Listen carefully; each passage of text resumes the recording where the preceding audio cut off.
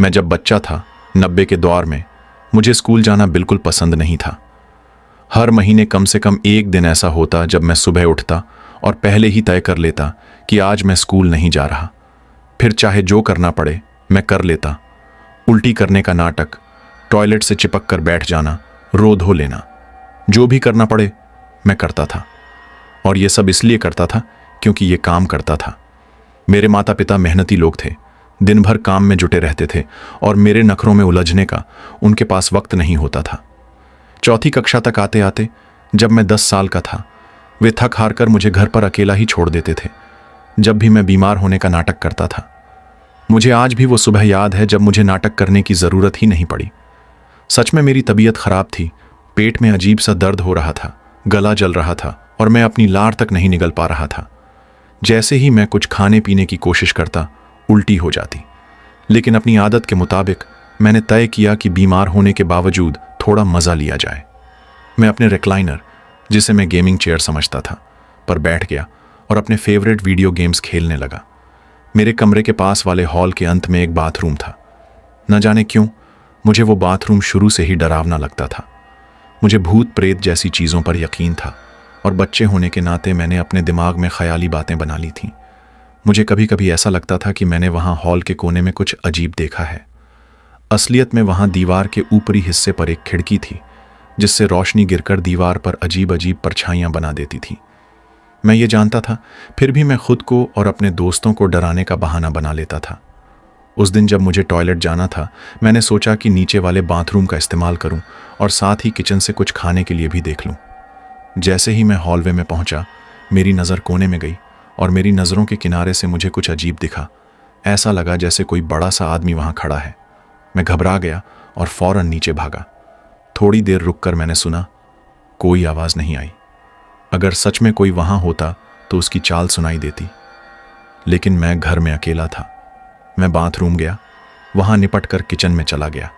हमारा fridge main door के पास था, यानी जब मैं फ्रिज के अंदर कुछ ढूंढ रहा था तब दरवाजे का हैंडल मेरी सीधी नज़र में था। तभी मैंने एक अजीब सी आवाज़ सुनी, जैसे कुछ झनझना रहा हो। मैंने दरवाजे की तरफ देखा और मेरी नज़र जो कुछ देख रही थी उस पर यकीन नहीं हो रहा था। कोई दरवाजे का हैंडल हिला रहा था। शुक्र था कि दरवाज़ा लॉक था। मेरे माता पिता सिक्योरिटी को लेकर काफ़ी सावधान रहते थे, इसलिए डेड बोल्ट भी लगा हुआ था। लेकिन फिर भी मैं जान गया कि ये कोई ऐसा व्यक्ति नहीं था जो यहाँ रहने वाला हो। दरवाजे के पास एक बड़ी खिड़की थी जिसके पर्दे के पीछे मुझे कुछ हिलता हुआ दिखाई दिया। तभी एक दुबला पतला बूढ़ा आदमी शीशे पर हाथ रखकर अंदर झांकने लगा। उसकी नज़रें इधर उधर घूमी और फिर मुझ पर टिक गईं। उसके चेहरे पर एक भयानक अजीब सी मुस्कान फैल गई। उसने शीशे पर उंगलियां थपथपाईं, जैसे मैं कोई जानवर हूं जिसे चिड़ियाघर में घूरा जा रहा हो। मैंने घबराहट में इतनी जोर से फ्रिज का दरवाजा बंद किया कि अंदर का सामान इधर उधर बिखर गया। डर के मारे मेरा दिमाग तेजी से चलने लगा। तभी मुझे याद आया कि गैराज में मेरा पेंट बॉल गन रखा है, वही सस्ता सा वॉलमार्ट का मॉडल जो इतनी तेजी से पेंट बॉल फेंकता था कि उससे खिड़की का शीशा भी टूट सकता था। इसका अनुभव पहले हो चुका था। मैंने भागकर गन निकाली, CO2 सिलेंडर बदला और पेंट बॉल्स भर लिए। साथ ही मेरी नज़र वहां रखी एक कुल्हाड़ी पर पड़ी। उसे मैंने अपने पजामे में छिपा लिया और दबे पांव वापस किचन की तरफ बढ़ने लगा। अब मुझे दरवाजे के पास आवाज़ें सुनाई दे रही थीं, जैसे कोई दरवाजे को खोलने की कोशिश कर रहा हो। मैंने कोने से झांक कर देखा, वो आदमी अब खिड़की पर नहीं था। मैंने बिना वक्त गवाए सीढ़ियों की तरफ दौड़ लगा दी और सीधा अपने कमरे में घुसने ही वाला था कि अचानक मुझे एक बेहतर ख्याल आया। मैं अपने कमरे की जगह उस डरावने बाथरूम की तरफ गया। वहां पहुंचकर मैंने खिड़की को धीरे से खोला और सावधानी से छत पर चढ़ गया। मुझे पहले से पता था कि छत पर चढ़कर मैं घर के मेन डोर को देख सकता था। वहां से झांकते ही मैंने देखा, वो आदमी दरवाजे के साथ छेड़छाड़ कर रहा था। उसके पास स्क्रू ड्राइवर, क्रेडिट कार्ड और वायर थे, बिल्कुल वैसे जैसे किसी चोरी के सीन में होते हैं। मुझे समझ आ गया कि ये आदमी खतरनाक है। घबराहट में मैंने अचानक जोर जोर से वीडियो गेम्स के डायलॉग्स चिल्लाना शुरू कर दिया। कुछ भी जो मुझे उस वक्त याद आया। वो आदमी बुरी तरह चौंक गया। उसकी घबराहट देखकर मुझ में अचानक हिम्मत आ गई। मैंने उस पर पेंट बॉल्स दागने शुरू कर दिए, सीधा उसके सीने, हाथ, गर्दन और चेहरे पर। वो दर्द के मारे चीख पड़ा उसे शायद लगा कि मैं उस पर असली गन से फायर कर रहा हूं। चीखते हुए वो आदमी भागा और बाढ़ कूद कर पास की गली में गायब हो गया। उसके जाने के बाद मैंने अपनी गन और कुल्हाड़ी को कसकर पकड़ा और घर के फोन से मां को कॉल किया। मां ने फौरन पापा को भी खबर दी और दोनों जल्दी घर पहुंचे। उस वक्त मैं पूरी तरह टूट चुका था। तब जाकर एहसास हुआ कि मैं कितनी बड़ी मुसीबत में था। बाद में पता चला कि वो आदमी पहले ही हमारे घर में घुस चुका था। पिछले दिन मेरे माता पिता को घर में कुछ चीजें बिखरी हुई मिली थीं। किताबें इधर उधर थीं, कपड़े फैले हुए थे और बाथरूम सिंक में सिगरेट का टुकड़ा पड़ा था। पड़ोसियों से पता चला कि वो आदमी कई घरों की रेकी कर चुका था और कुछ घरों में चोरी भी हुई थी। वो दरअसल हमारे घर से पहले ही सामान देख चुका था और अगले दिन सब समेटने आया था, लेकिन उसे नहीं पता था कि उस दिन मैं घर पर था और उसके लिए तैयार था।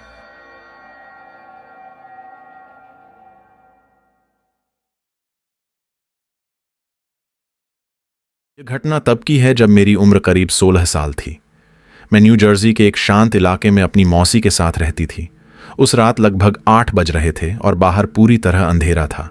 मैं उस वक्त घर में अकेली थी। हमारा अपार्टमेंट चौथी मंजिल पर था, जो एक बहुत पुरानी इमारत का हिस्सा था। छोटा सा कॉम्प्लेक्स जिसमें ज्यादा लोग नहीं रहते थे। हमारे लिविंग रूम की खिड़की से नीचे का पार्किंग लॉट साफ दिखाई देता था। दीवारें इतनी पतली थीं कि बाहर होने वाली हर हलचल सुनाई देती थी। खिड़कियां भी इतनी कमजोर थीं कि जरा सा शोर भी साफ सुनाई दे जाता था, खासकर जब कोई गाड़ी आकर रुके। ये हमारी आदत बन गई थी कि अगर बाहर कोई गाड़ी रुकती तो हम खिड़की से झांकने लगते। बस थोड़ी सी क्यूरियोसिटी शायद। उस रात भी मैंने एक तेज आवाज वाली पिकअप ट्रक सुनी। मेरे मामा लोग पास ही रहते थे और दोनों ही पिकअप ट्रक चलाते थे, तो मुझे लगा शायद उनमें से कोई आया होगा। मैं खिड़की पर गई और देखा, ये कोई जानी पहचानी गाड़ी नहीं थी। ये एक पुरानी जंग लगी हुई शेवी ट्रक थी, जिसकी हालत देखकर लगा जैसे वो कभी भी टूट सकती थी। गाड़ी में 2 लड़के बैठे थे। दोनों मेरी ही उम्र के आसपास लग रहे थे। जैसे ही मैं खिड़की पर पहुंची, ड्राइवर ने सीधे मेरी तरफ इशारा किया। ऐसा लगा मानो उसे ठीक ठीक पता था कि वो किसे ढूंढ रहा है और मैं कहाँ हूं। ये देखकर मेरी रूह कांप गई। मैं तुरंत खिड़की से पीछे हट गई और बस इस ख्याल से कि शायद मेरा दिमाग ज्यादा सोच रहा है, दूसरे कमरे में जाने लगी। लेकिन तभी दरवाजे पर जोर जोर से ठक ठक होने लगी। मेरे दिमाग में बस एक ही ख्याल आया, ये क्या बकवास है। मैं दबे पांव फर्श पर बिछे कालीन के किनारे किनारे चलते हुए दरवाजे के पास गई ताकि लकड़ी की जमीन पर आवाज न हो। धीरे से दरवाजे के पीप होल में झांका और जो मैंने देखा उस पर यकीन करना मुश्किल था। बाहर 2 लड़के खड़े थे। दोनों बेहद घबराए और अजीब तरीके से बर्ताव कर रहे थे, जैसे नशे में हों।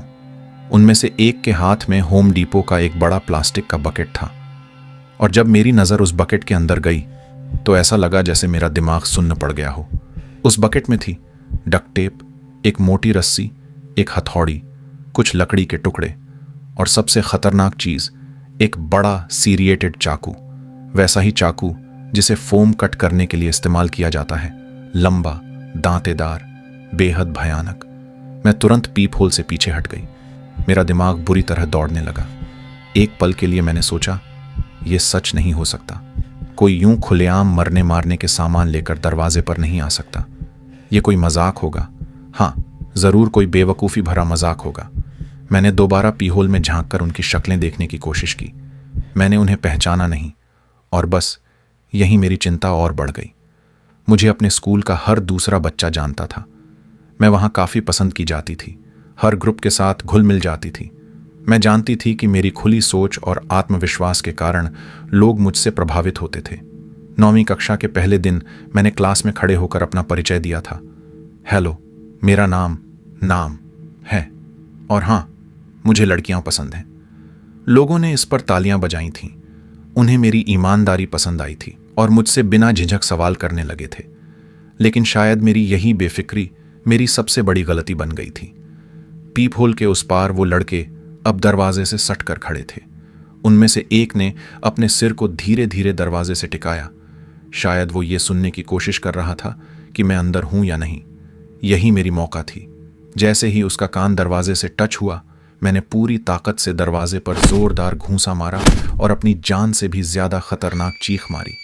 इतनी गहरी और डरावनी कि मुझे खुद उस आवाज पर यकीन नहीं हो रहा था। वो लड़का पीछे गिर पड़ा। उसका दोस्त उस पर लड़खड़ाते हुए गिरा और दोनों बुरी तरह घबराकर सीढ़ियों से नीचे भागे। मैं रेंगते हुए लिविंग रूम के फर्श पर पहुंची और सबसे निचले ब्लाइंड्स के नीचे से झांका। वो पुरानी शेवी गाड़ी तेज रफ्तार से वहां से भाग रही थी। टायर से धुआं उठता हुआ साफ दिखाई दे रहा था। सबसे अजीब बात यह थी कि मेरी चीख सुनकर कोई भी पड़ोसी बाहर नहीं आया और मुझे पूरा यकीन था कि सबने मेरी आवाज सुनी होगी। हमारे पड़ोसी की छींक भी सुनाई देती थी, पर मेरी चीख नहीं। उस रात के बाद मैंने उन लड़कों को फिर कभी नहीं देखा। वो घटना कुल 8 मिनट के भीतर खत्म हो गई थी, लेकिन उन 8 मिनटों ने मेरी सोच पर गहरा असर डाला। मैं जानती हूं कि मेरी दिमागी हालत ने मुझे उस वक्त बचा लिया जब मेरी आंखों ने उस बकेट में मौजूद मर्डर किट देखी थी। तभी शायद मेरा दिमाग सर्वाइवल मोड में चला गया था। समय के साथ वो घटना इतनी अजीब लगने लगी कि मुझे खुद यकीन करना मुश्किल हो गया कि वो सब सच में हुआ था या नहीं। लेकिन मैं जानती हूं कि वो हुआ था। बस इतना अजीब और अनपेक्षित था कि मेरे दिमाग के पास इसे याद रखने का कोई तरीका ही नहीं था। आज भी मेरे मन में एक सवाल बार बार उठता है, क्या ये सब वाकई इत्तेफाक था या उन्होंने सच में जानबूझकर मुझे ही टारगेट किया था?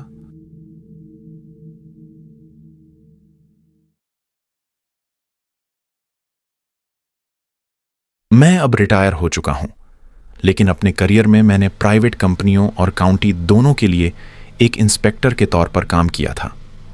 एक बार एक प्राइवेट होम बिल्डर ने मुझसे निवेदन किया कि मैं उनके नए बन रहे घर का मिडवे इंस्पेक्शन करूं और फिर मेरी रिपोर्ट को काउंटी में सबमिट किया जाए। मैं घर के अंदर गया और अपनी रूटीन जांच शुरू कर दी, एक हाथ में क्लिपबोर्ड और दूसरे हाथ में टॉर्च लिए हुए। सब कुछ सामान्य ही लग रहा था जब तक कि मैं घर के पिछले हिस्से में नहीं पहुंचा। मुझे अंदर से हल्की हल्की आवाजें सुनाई देने लगीं। कुछ कमरों में बिखरी गंदगी और कहीं कहीं से बजिंग की आवाज आ रही थी, जैसे कोई रेडियो चल रहा हो। तभी मुझे एहसास हुआ, शायद कोई कॉन्ट्रैक्टर यहां है। हो सकता है ड्राईवॉल का काम कर रहा हो या कुछ और। मैं मास्टर बेडरूम में झांक कर देखता हूं और वहां एक औरत को खड़ा पाता हूं। वह गंदे कपड़ों में थी, उम्र करीब 30 से 35 के आसपास। वो बिल्कुल भी ऐसी नहीं लग रही थी जैसे वहां काम कर रही हो। एक्सक्यूज मी, क्या आप यहां होनी चाहिए? मैंने पूछा, उम्मीद करते हुए कि शायद वो घर खरीदने वाले की पत्नी होगी। बिल्कुल, ये मेरा ही घर है। और तुम यहां क्या कर रहे हो? उसने जवाब दिया, मैं होम इंस्पेक्टर हूं। मैंने आपके पति और कॉन्ट्रैक्टर के साथ आज का अपॉइंटमेंट तय किया था। मुझे अंदाजा नहीं था कि यहां कोई मौजूद होगा। उसने कुछ बड़बड़ाते हुए जवाब दिया और बाथरूम की तरफ चली गई। घर में अब तक पूरी तरह ड्राई वॉल नहीं लगी थी, इसलिए मैं अब भी उसके हाथ पैर देख पा रहा था, जो बाथरूम के अंदर इधर उधर हिल रहे थे।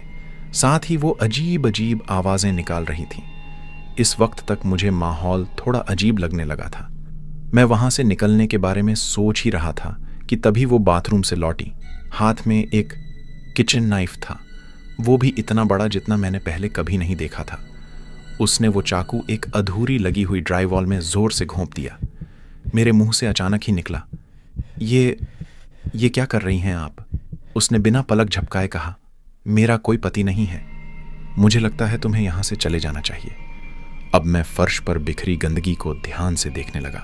वो असल में कचरा था, खाने के रैपर, टिश्यू पेपर, इस्तेमाल किया हुआ टॉयलेट पेपर। साफ था कि ये औरत यहां कई दिनों से रह रही थी। अब मुझे समझ आ गया था, ये औरत शायद बेघर थी, मानसिक रूप से अस्थिर और नशे की हालत में थी। मेरे पास अब सिर्फ एक ही रास्ता था, वहां से जल्दी निकलना। मैंने अपना क्लिपबोर्ड एक शेल्फ पर रखा, जेब में चाबियां टटोली और धीरे धीरे बाहर की ओर बढ़ने लगा। तुम अपनी तस्वीरें तो यहीं छोड़ रहे हो, पुलिस स्टेशन में इन्हें दिखाना होगा, है ना? उसने मेरी ओर इशारा करते हुए कहा।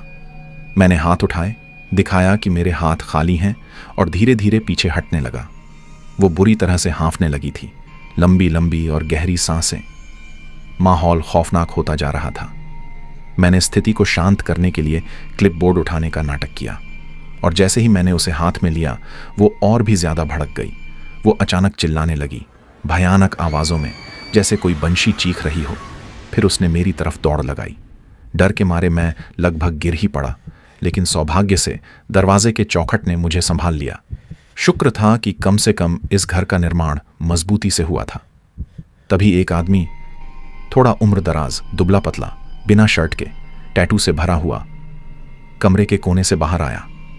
वो शायद किसी कोने या अलमारी में छुपा हुआ था। तुमने मुझे उठा दिया, तुम्हें यहां नहीं होना चाहिए था, वो गुस्से में बोला। अब तक मैं समझ चुका था कि यह आदमी भी उसी की तरह नशे में है।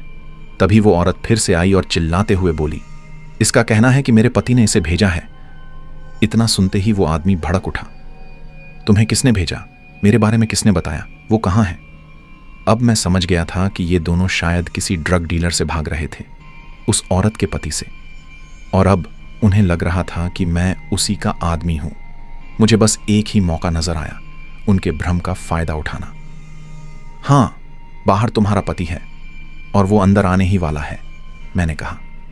ये सुनते ही दोनों के चेहरे का रंग उड़ गया। वे खिड़की पर भागे और पर्दे के पीछे से बाहर झांकने लगे। इसका फायदा उठाकर मैं तुरंत दरवाजे की ओर भागा और जितना तेज दौड़ सकता था दौड़ने लगा।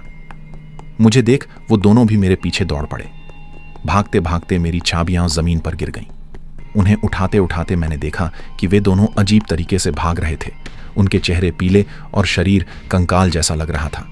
आखिरकार मैंने एक निर्माणाधीन घर के पास दौड़ते हुए देखा कि वहां कुछ मजदूर काम कर रहे थे। मैं अंदर भागा और हाँफते हुए सब कुछ उन्हें बताया। वे हथौड़े और औजार लेकर बाहर आए और उन दोनों को दबोच लिया। कुछ ही देर में पुलिस आ गई और उन्हें गिरफ्तार कर लिया गया। बाद में जब मैंने वो घर दोबारा देखा तो बाथरूम की हालत देखने लायक थी। दीवारों पर खून जैसे धब्बे थे, जैसे किसी ने चाकू से उकेरकर शैतानी निशान बनाए हों। वो सब किसी हॉरर फिल्म के सीन जैसा था। उस दिन मैं बस यही सोच रहा था, अगर मैंने उन्हें नशे की हालत में नहीं पकड़ा होता, पता नहीं मेरा क्या हाल होता।